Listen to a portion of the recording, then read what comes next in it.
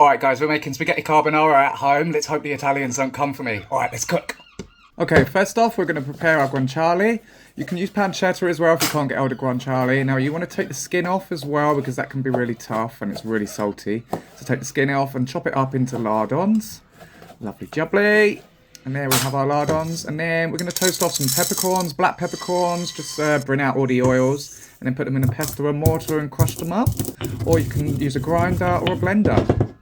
Now we're going to do our guanciale, no oil because there's loads of fat, so we want to render down that fat and get nice crispy bits. And then we want to put our guanciale on a paper towel to dry. Now we're going to crack a couple of eggs. Now it's one egg and then one yolk per person, so I'm doing one egg and one yolk here. It's also 75 grams of pasta per person.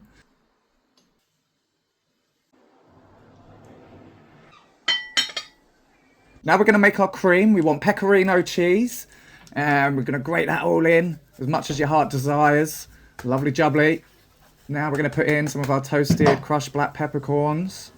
Now we're going to give that a good mix up and we're going to make our cream. And then we're going to add some of the fat from the guanciale in. And we're going to give that a good mix up. And there we have our cream because real carbonara has no cream.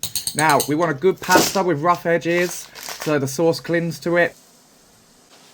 We're going to stick our pasta in and cook it to the packet's instructions. We want to cook it al dente.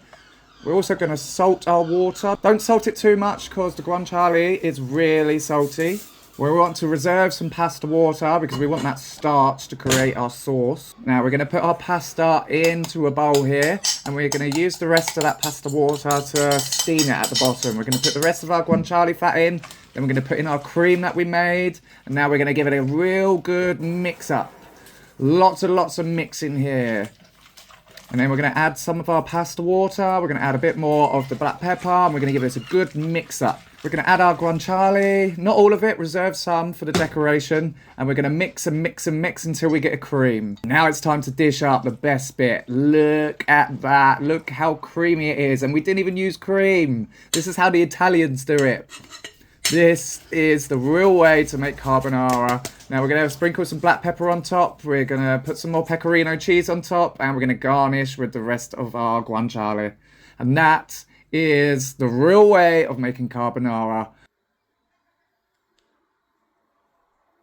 Okay, now it's time for the best bit, the taste test. Oh, look at that.